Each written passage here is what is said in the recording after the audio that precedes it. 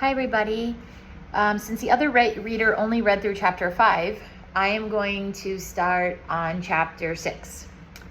Young Sup watched helplessly as Kisup tore yet another miniature kite to pieces and threw it savagely on the pile of crumpled paper at his side. At the end of their encounter with the king, His Majesty had issued a royal command. Quote, "Make me a kite, a king's kite. Bring it to the palace when it's finished. The guards will let you in." One of the men with the king, not a guard since he was not dressed as one, perhaps a royal advisor, had suggested that any number of kites could be purchased for the king at the marketplace. But the king was adamant. Not just any kite would do. He wanted a kite that would fly like Young Sup's tiger. The brothers had walked home from the hillside in silence. As they approached their home, Young Sup finally spoke.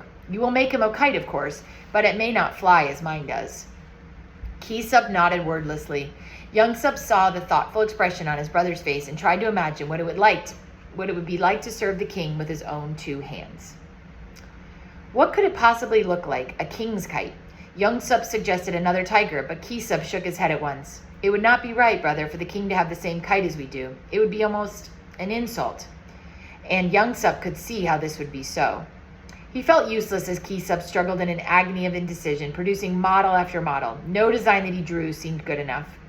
The boys had told their father of a meeting with the king, and though the elder Lee rarely showed emotion, it was clear that the news impressed him. He had freed Kisup from his usual studies for as long as it would take to build the kite. The frame was completed first. Kisup took extra pains with it, of course, but with the experience of the two tiger kites behind him, its quality was assured. It was the design that was the problem, and time was passing quickly.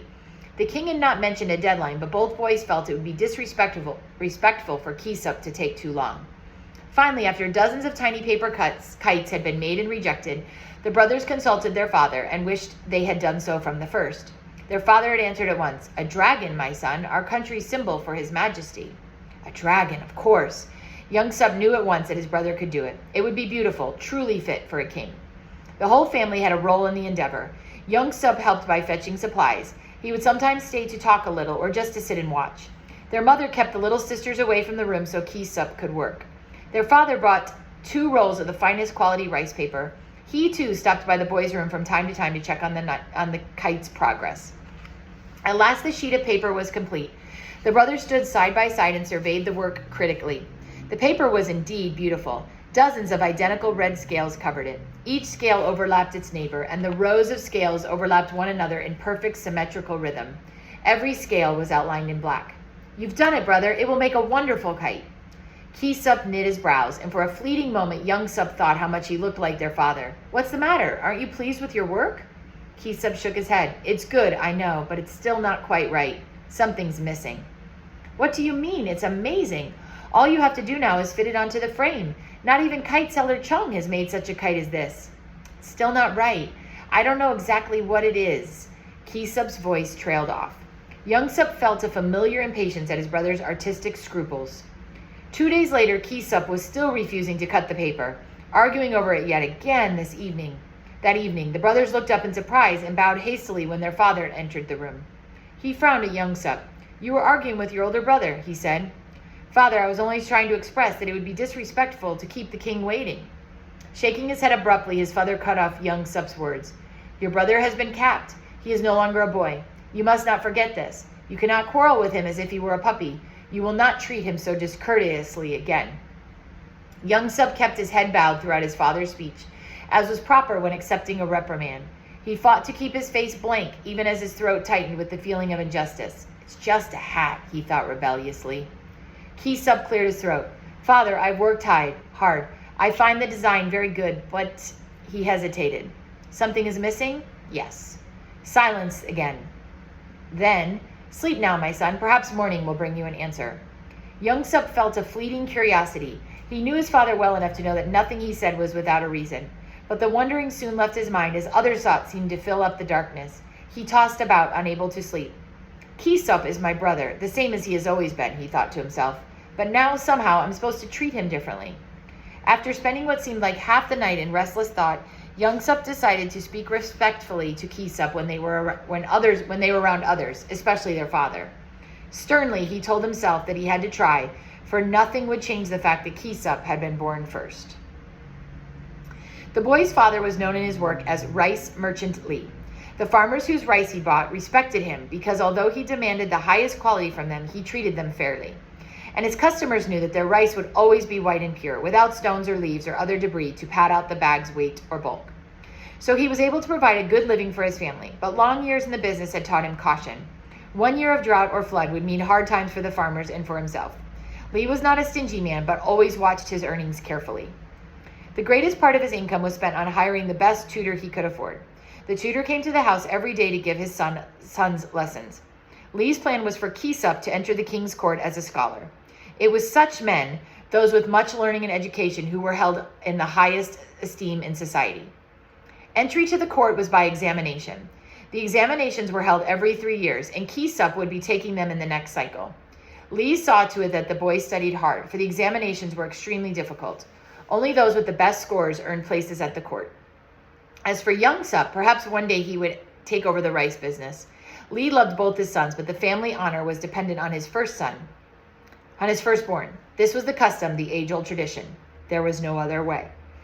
The next day, after the evening meal, the boy's father came to their room. He held out a little parcel. As young Sup looked on, Kisup opened the paper wrapping to discover a small ceramic jar.